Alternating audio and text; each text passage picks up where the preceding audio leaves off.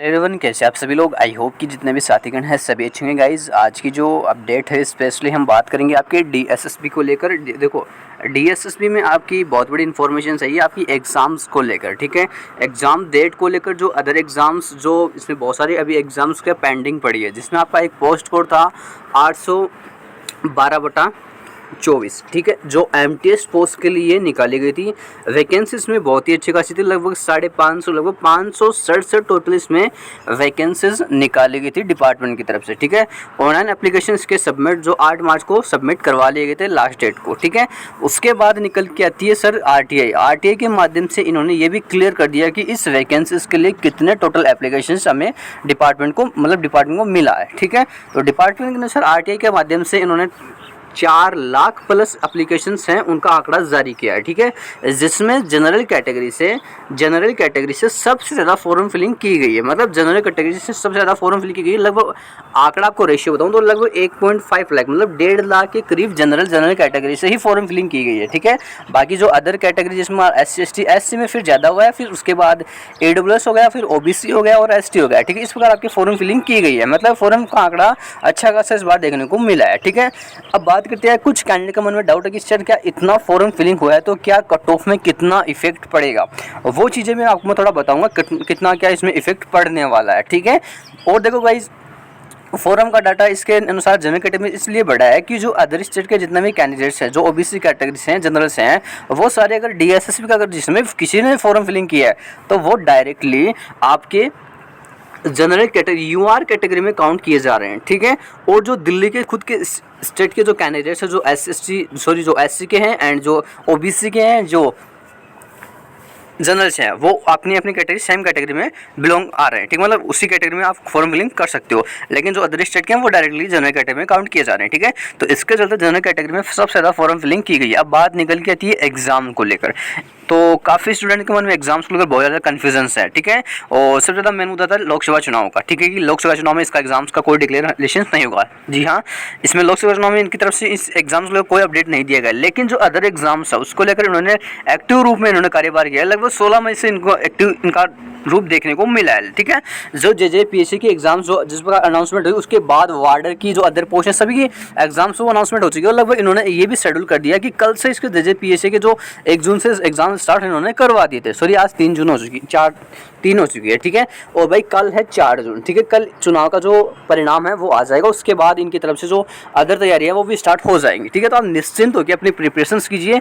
ये मत सोचना कि एग्जाम से डिले होगा। अब आपकी पढ़ाई में ही आपको डिले करना है तो कीजिए, अदरवाइज एग्जाम्स में कोई डिले नहीं होगा। ठीक है, एग्जाम्स आपका कंटिन्यूसली ही होगा। ठीक है, एग्जाम्स में जी तोड़ मेहनत लगाइए, जितना हो सकता है उतनी लगा दीजिए, क्योंकि इसका जो सिलेक्शन प्रोसेस है अब काफ़ी फास्टली ही होने वाला है। ठीक है, MTS पोस्ट के लिए अगर आप प्रिपरेशंस कर रहे हो, ठीक है, तो इस वीडियो के डिस्क्रिप्शन में आपको टेलीग्राम का लिंक मिल जाएगा, उससे आप ज्वाइन कर लेना। देखो, इस पोस्ट के रिलेटेड जितनी भी फ्री PDF बुक्स है वो मैंने सारी टेलीग्राम पे अपडेट ऑफिशियली कर दी है, PDF सब्जेक्ट वाइड और प्रीवियस ईयर जितने भी एग्जाम्स हुए DSSB कि उसके सॉलिड पेपर सहित आपकी बुक्स मैंने अवेलेबल करा दी है, तो आप उनका एक बार लाभ चेकअप कर सकते हो। ठीक है, बाकी आप जिस भी प्लेटफॉर्म से प्रिपरेशंस कर रहे हो उसे लगातार कीजिए। ठीक है, बाकी कोई कन्फ्यूजन है तो डेफिनेटली मुझे DM कर सकते हो, या फिर मुझे टेलीग्राम पे अब जो कमेंट सेक्शन है उसके माध्यम से आप मुझे मैसेज कर सकते हो। मैं आपको डायरेक्टली या तो जो मैसेज के थ्रू रिप्लाई कर दूंगा, या फिर आपको पर्सनली आपको मैं DM कर दूंगा अगर आप मुझे पर्सनली करते हो तो। ठीक है,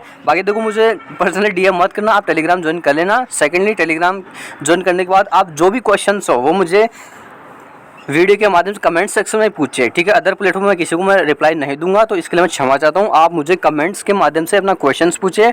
ठीक है, तभी मैं आपको रिप्लाई करूंगा।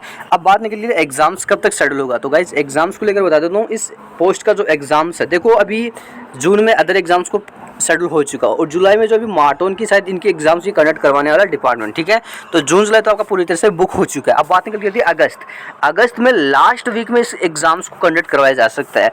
अगस्त के लास्ट वीक में, ठीक है, लास्ट वीक में इस एग्जाम्स को रनिंग में किया जा सकता है। आप प्रिपरेशन में लग जाइए। आपके पास अभी ये मान के चलो फिक्स 2 महीने का टाइम है, फिक्स 2 महीने का टाइम है MTS पोस्ट के लिए। तो आप जितनी तैयारी कर सकते हो उतनी तैयारी कर लेना।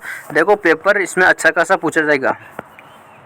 तो आपको स्क्रीन पर दिखाई दे रहा होगा, लगभग 200 क्वेश्चन होंगे, 200 ही मार्क्स के, 2 घंटे का आपको टाइमिंग दिया जाएगा। ठीक है, और जो सब्जेक्ट है आपके GK हो गए, रीजनिंग हो गया, अर्थमेटिक हो गया और हिंदी हो गया और इंग्लिश हो गया, 5 सब्जेक्ट है, 40 क्वेश्चन हो गए प्रत्येक सब्जेक्ट के, ठीक है, 40 ही नंबर हो गए प्रत्येक सब्जेक्ट के। तो आपको ऐसे मिला के कुल 200 मार्क्स के और 200 क्वेश्चन आपके हो जाएंगे, ठीक है। फाइनल जो कट ऑफ है भाई इसके आधार पर बनेगी, ये मैं सोचना कि आपके स्किल टेस्ट वगैरह के 8 की जगह जो फाइनल कट ऑफ तैयार की जाएगी वो इन्हीं के आधार पर तैयार की जाए। तो आप इनमें कितना अटेम्प्ट करते हो वो आपके ऊपर डिपेंड करता है। बाकी मैं आपको बता दूँ, अगर आप सेफ स्कोर आपको बताऊँ जनरल कैटेगरी से, स्पेशली जनरल के कैंडिडेट थोड़े ज़्यादा हैं, ठीक है, और अदर स्टेट के कैंडिडेट्स भी बहुत ज़्यादा है, ठीक है। तो लगभग आपको 140 नंबर स्कोर करना ही पड़ेगा इस पोस्ट के लिए, 140 का एवरेज आपको देना ही पड़ेगा इस पोस्ट के लिए, तभी आप फाइनल सिलेक्शन के लिए जा पाओगे, क्योंकि कैंडिडेट्स थोड़े ज़्यादा हैं। लेकिन हाँ, इसमें एक चीज़ देखने को मिलती है, फॉर्म फिलिंग हो जाती है, लेकिन जब एग्जाम्स का जब चरण आता है ना, तो काफ़ी कैंडिडेट्स क्या एग्जाम्स को स्किप कर देते हैं, ठीक है। तो उसके चलते एग्जाम्स को अटेम्प्ट ही नहीं करते हैं, ठीक है।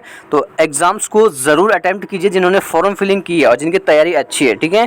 तो वो एग्जाम्स को जरूर देने जाओ और इतने मार्क्स आपके डेफिनेटली आने ही चाहिए, तभी आप एमटीएस पोस्ट के लिए फाइनल सिलेक्शंस ले पाओगे, ठीक है। बहुत ही अच्छी खासी जॉब है, ऐसे नहीं है कोई मतलब जो झाड़ू पोछा आपको लगाना पड़ेगा, ऐसा कुछ नहीं है। जो ऑफिस वर्क है, ऑफिस में आपको फाइलें वगैरह सेट करनी है और मतलब जो स्टाफ है उनको फाइलें प्रोवाइड करना, ये चीज़ आपका काम रहेगा, ठीक है। बाकी ये नहीं कि आपको रोज़ दिन भर आपको जो झाड़ू पोछा ये लगाना पड़ेगा, ऐसा कुछ काम नहीं है। आपके एमटीएस जो एसएससी एमटीएस में जो वर्क कर रहे हैं कैंडिडेट्स, ठीक है, तो वो सेम जो पोस्ट है ये डीएसएसपी की तरफ से निकाली जाती है, ठीक है। तो आप इसके लिए मेहनत कीजिए अच्छे से, और आपके कोई कन्फ्यूजन है तो डेफिनेटली मुझे कमेंट्स के माध्यम से पूछ सकते हो। मैंने आपको हर एक डाउट है बारीकी से क्लियर करने की कोशिश की है, फिर भी कोई बचता है तो आप मुझे कमेंट के माध्यम से पूछ सकते हो। और टेलीग्राम का लिंक इस वीडियो के डिस्क्रिप्शन में, आप उसे ज्वाइन कर लेना, वहाँ पे आपको काफ़ी ज़्यादा हेल्पफुल होने वाली है।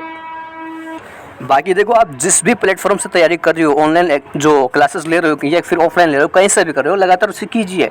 अगर आपको बुक्स की नीड है तो तुरंत टेलीग्राम चैनल ज्वाइन कर लेना, ठीक है। बाकी मैंने आपकी जो भी हेल्प है वो करने की कोशिश की, फिर भी कोई डाउट बचता है तो आप कमेंट्स में मुझे पूछ सकते हो, ठीक है। तो मिलते हैं नेक्स्ट वीडियो में नए टॉपिक के साथ। अपने जय हिंद, जय भारत।